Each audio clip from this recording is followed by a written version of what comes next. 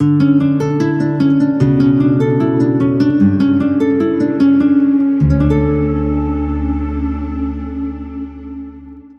جس موضوع پر میں آپ سے بات کرنا چاہتا ہوں وہ ہے رجحان، ترجیحات۔ میری اور آپ کی زندگی کی ترجیحات کیا ہیں؟ رجحان کیا ہے؟ اگر میرا اور آپ کا رجحان ٹھیک ہے، صحیح باتوں کی طرف ہے، تو ہم برکت پائیں گے۔ اگر میرا اور آپ کا رجحان صحیح سمت کی طرف نہیں ہے، ہماری ترجیح صحیح نہیں ہے، تو ہم کبھی بھی اپنی زندگی کو بہتر طریقے سے نہیں گزار سکتے۔ چند ایک مثالیں آپ کے سامنے رکھنا چاہتا ہوں۔ بہت سے لوگوں کا رجحان ہے ٹی وی ڈراموں کو دیکھنا۔ صبح دوپہر شام وہ کردار ان کی آنکھوں کے سامنے گھومتے رہتے ہیں کہ شام کو جب نئی قسط آئے گی تو کیا ہوگا۔ وہ کسی ایسی جگہ پر قسط کو ختم کرتے ہیں کہ لگتا ہے کہ آگے پتہ نہیں کیا ہونے والا ہے۔ خنجر مارتے مارتے وہ رک جاتا ہے اور وہ کہتے ہیں کہ باقی کا کل۔ اور پھر وہ سارا دن وہ بہن وہ بھائی سوچتا رہتا ہے کہ وہ خنجر اس کو لگے گا یا کوئی شخص آ کے اس کو بچا لے گا، کیا ہوگا۔ رجحان کدھر ہے جی؟ ٹی وی کی طرف ہے، ڈراموں کی طرف ہے۔ جن لوگوں کا رجحان فلمی دنیا کی طرف ہے، انہیں یہ پتا ہے کون سی فلم تکمیل کے مراحل تک پہنچ گئی ہے، کون سے ہیرو کی کون سی فلم آ رہی ہے اور اس فلم کے اندر کون سے گانے ہیں، وہ انہیں پتا ہوتا ہے۔ وجہ کیا ہے؟ ان کا رجحان ادھر ہے۔ جن لوگوں کا رجحان لنڈے جانے کا ہے، وہ لنڈے کے پاس سے گزر جائیں تو ریڑیاں انہیں بلاتی ہیں، آ جا آ جا آ جا، اور پھر وہ دیکھے بغیر نہیں رہ سکتے۔ رجحان کی بات کر رہے ہیں۔ میرا اور آپ کا رجحان کدھر لگا ہے؟ جس کا رجحان کتابوں کی طرف ہے، کتابوں کو خریدنے کی طرف اس کا دھیان ہے، اسے پتا ہے کون سی کتاب کس رائٹر کی کون سی کتاب آنے والی ہے، کون سی چھپ کے مارکیٹ میں آ گئی ہے، اس کا کیا مضمون۔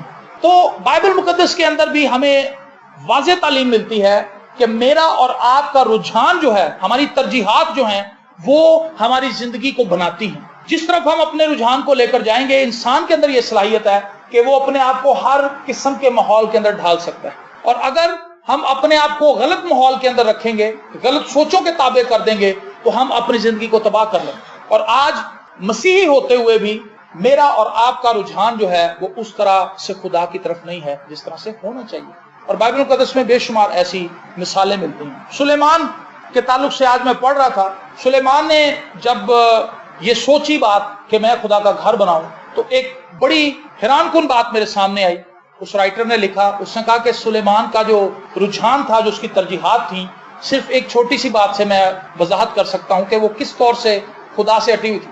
اس نے کہا کہ سلیمان نے خدا کی ہیکل کو بنانے کے لیے 7 سال لگائے۔ کتنے سال جی؟ 7 سال میں اس نے ہیکل تعمیر، لیکن اس نے اپنے محل کو بنانے میں 13 سال لگائے۔ کتنے سال؟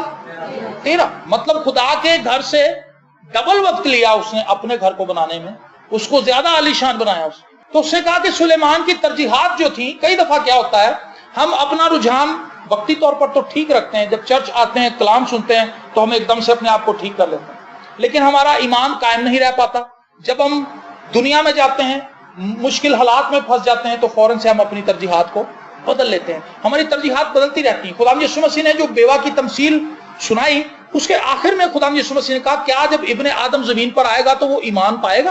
کیا وہ لوگ جو آج ایمان میں کھڑے ہیں، مسیح کی آمد پر بھی وہ ایمان کے اندر کھڑے ہوں گے، یا اس وقت تک وہ اپنا ایمان کھو بیٹھے ہوں گے؟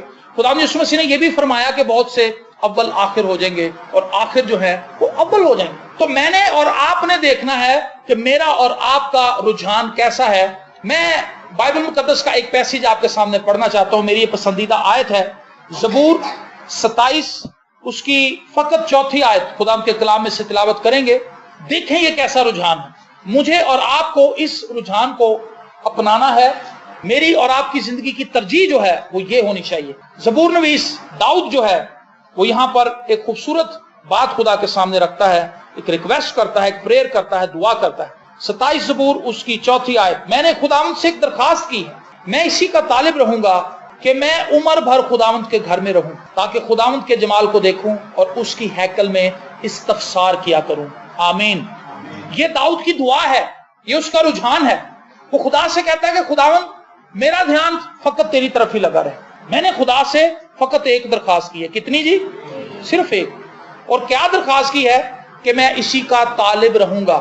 پہلی وہ یہ کہتا ہے کہ میں اس بات کے لیے درخواست کرتا ہوں، اور وہ کہتا ہے میں ساری عمر اسی بات کا طالب رہوں گا کہ میں صرف اور صرف تیرے گھر میں ہی رہوں۔ اگر میری اور آپ کی زندگی میں یہ رجحان پایا جائے، یہ ترجیح ہو جائے کہ صرف میں نے خداوند کے لیے زندہ رہنا ہے، میں نے جو کچھ کرنا ہے خداوند کے لیے کرنا ہے، تو آپ یقین مانیں میری اور آپ کی زندگی کی پریشانیاں حل ہو سکتی ہیں۔ ہم مصیبت کے اندر پھنسے ہوئے ہیں۔ جن لوگوں کا رجحان فیشن کی طرف ہے، ان لوگوں کو آپ دیکھیں وہ بار بار شیشے کے آگے جا کے کھڑے ہوتے ہیں، وہ دیکھتے ہیں کہ میرے یہاں پہ چھائی پڑ رہی، میرے یہاں پہ دانے نکل رہے ہیں، فلانی کریم لگاؤ، فلانا کرو، کیونکہ ان کا رجحان فیشن کی طرف۔ تھوڑی دیر کے بعد انہیں نظر آتا ہے کہ میری نیل پالش تھوڑی اکھڑ گئی، پھر اس کو اتار کے وہ بہن دوبارہ لگاتی، اور کپڑے وہ کہتی کہ اولڈ فیشن ہو گئے، نیا فیشن میں نے ڈھونڈنا۔ پریشان ہے، رجحان جو ہے وہ ہمارا خدا سے ہٹ چکا ہے، اور ہمارا رجحان دنیاوی چیزوں کی طرف لگا ہوا ہے، ہم دکھاوے کی طرف بڑھ رہے ہیں، لیکن خدا چاہتا ہے کہ ہم اپنا رجحان اس ہی کی طرف رکھیں۔ اور داؤد یہ کہتا ہے کہ میں نے خدا سے ایک درخواست کی ہے، میں اسی کا طالب رہوں گا۔ وہ کہتا ہے کہ میں آج یہ دعا نہیں کر رہا، میری یہ دعا ہمیشہ ہمیشہ کے لیے رہی ہے، میں اسی کا طالب رہوں گا کہ میں خداوند کے گھر میں رہوں۔ پریز دی لارڈ۔ اور جب وہ مرنے لگا تو وہ خداوند کے ساتھ قائم تھا۔ اس نے مرتے ہوئے اپنے بیٹے کو بھی یہی، سلیمان کو بھی اس نے یہی بات بتائی تھی۔ اس سے کہا کہ تو اپنے باپ کے خدا کو پہچان۔ اس نے کہا کہ جتنی بھی برکتیں میری زندگی میں ہیں فقط خدا کی طرف سے تھیں، خدا کی کرم نوازی تھی، اور بیٹا اگر تو خدا کے ساتھ چلتا رہے گا تو خدا تجھ پر مہربان رہے گا۔ لیکن یہاں پر ایک بات غور طلب ہے جو میں نے شروع میں کہی تھی کہ ہماری ترجیحات بدلتی رہتی ہیں۔ سلیمان کا باپ جب مرنے والا تھا، اس نے اپنے باپ سے جو گواہیاں سنی تھی وہ اس کے اندر تھیں، وہ ایمان میں کھڑا رہا، اس نے اپنا رجحان خدا کی طرف لگائے رکھا۔ لیکن وقت گزرنے کے ساتھ ساتھ جب دولت آئی، پیسہ آیا، اختیار آیا، روب اور دبدبا آیا، وہ بادشاہ بن گیا، تو پھر آہستہ آہستہ اس کی ترجیحات بدلنے لگی۔ غیر اقوام کی خوبصورت عورتیں اسے لبھانے لگیں۔ خدا نے منع کیا تھا کہ تو غیر اقوام کی عورتوں کو نہ لینا، کیونکہ وہ تیرے لیے پھندا بن جائیں گی۔ اور سلیمان نے کیا کیا؟ ایک نہیں فقط سینکڑوں بیویاں لے آیا جو غیر اقوام سے تعلق رکھتی تھی، مختلف دیوتاؤں کو پوجتی تھی، مختلف دیوتاؤں کو ماننے والی تھی۔ اور جب وہ آئیں تو انہوں نے آہستہ آہستہ بنی اسرائیل کے اندر چھوٹے چھوٹے مندر بھی بنوانا شروع کر دیے۔ وہ سلیمان سے کہتی تھی میری سالگرہ ہے، آپ مجھے کیا گفٹ دیں گے؟ تو وہ کہنے لگا کہ فلانا محل تمہارے لیے بنایا۔ اس نے کہا نہیں جی، محل تو بڑے ہیں، مندر بنوا کے دیں جہاں پر میں اپنے دیوتا کی عبادت کر سکوں۔ میں نے اور آپ نے اپنے آپ کو ہر روز واچ کرنا ہے، کیا میری نظر خدا سے ہٹ تو نہیں رہی؟ کیا میں دوسری چیزوں کی طرف تو نہیں پھسل رہا؟ کیا میں دوسری چیزوں کی طرف تو نہیں جا رہا؟ میرے بچے خدا سے ہٹ تو نہیں رہے؟ ہمیں ہر وقت اس چیز کی فکر رہنی چاہیے۔ پولس رسول کہتا ہے کہ میں اپنے آپ کو دیکھتا ہوں، میں اپنے آپ کو مارتا اور کوٹتا ہوں۔ وہ کہتا ہے یہ نہیں کہ میں ہوا میں مکے مارتا ہوں، میں اپنے بدن کو مارتا کوٹتا ہوں، اور میں خداوند سے فریاد کرتا ہوں۔ اور پھر ایک خوبصورت بات اس سے کہی کہ زندہ رہنا میرے لیے مسیح ہے، میں جو کچھ بھی کروں گا مسیح کے لیے کروں گا۔ میری زندگی کا رجحان جو ہے وہ یہ ہے، میری پہلی ترجیح یہ ہے کہ میں اپنی زندگی سے خداوند کے نام کو عزت اور جلال دوں۔ اور شمشون کے تعلق سے آپ جانتے ہیں کہ شمشون کے ساتھ خدا نے اس کی ماں کے ساتھ عہد باندھا تھا، اور شمشون ایک ایسا شخص تھا جس سے خدا نے بلیس کیا تھا، برکت دی تھی، اور اس کو بچپن ہی سے یہ بات سکھائی گئی تھی، بتائی گئی تھی کہ تو خدا کا نذیر ہے، خدا کا ہاتھ تجھ پر ہے بیٹا، تو نے خدا کے ساتھ چلنا ہے، تو نے کسی نشاور چیز کو نہیں پینا، تو نے کوئی غلط کام نہیں کرنا، تو نے حرام کاری نہیں کرنی، تو نے زنا کاری نہیں کرنی، تو نے شراب نہیں پینی، تو نے کوئی بھی ایسا غلط کام نہیں کرنا جو خدا کے کلام کے مطابق نہیں ہے۔ اور شمشون اس کو فالو کرتا رہا، اور جب تک شمشون اس عہد کے اندر رہا خدا کی برکت اس پر رہی۔ آپ جانتے ہیں کہ وہ کتنا زوراور شخص ہے، اس نے بڑے بڑے کام کیے، بڑی بڑی فوجوں کو اس نے اکیلے تحت طے کر دیا، لیکن پھر ایک دن اس کا دل بھی ایک عورت پہ فریفتہ ہو گیا، اس کا رجحان جو تھا وہ بدل گیا، خدا سے ہٹ گیا، اس عہد سے ہٹ گیا جو اس کے پیدا ہونے سے پہلے ہی خدا نے اس کے ساتھ باندھا تھا۔ اور پھر اس کے باپ کے سمجھانے کے باوجود بھی وہ اپنی جگہ پر واپس نہیں آیا، اور اس نے اس عورت کو سارا راز بتا دیا، اپنی طاقت کا راز بتا دیا، اور اس عورت نے اس کے بال کاٹ دیے، اور پھر وہ ایک عام شخص بن گیا۔ لکھا ہے شمشون کو پتہ ہی نہ چلا کہ خدا اس سے جدا ہو گیا، پتہ ہی نہیں چلتا، اور شیطان بڑی آسانی سے ہمیں ورگلا کے دوسری طرف لے جاتا ہے، کہتا کچھ نہیں، کون دیکھ رہا ہے یہاں پہ، تھوڑی سی سگریٹ پی لے، تھوڑی سی شراب پی لے، کوئی مسئلہ نہیں، چرچ بھی تو چلا جائے، صبح جا کے توبہ کر لیں۔ اور وہ ابھارتا ہے، جو چیلنج وہ ہمارے سامنے لے کر آتا ہے، ہم اس لیے ناکام ہو جاتے ہیں کیونکہ ہم دیکھ نہیں پاتے، خدا کو دیکھنا چھوڑ دیتے ہیں، شیطان کی باتوں کی طرف دھیان زیادہ آ جاتا ہے۔ یوسف کو بھی ورگلانے کی کوشش کی گئی تھی،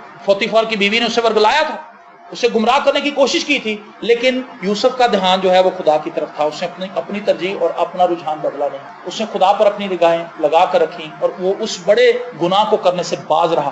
گوشت پہ جھوٹا الزام لگا دیا گیا، لیکن تو بھی خدا نے اسے سرفراز کیا۔ ہاللیلویا۔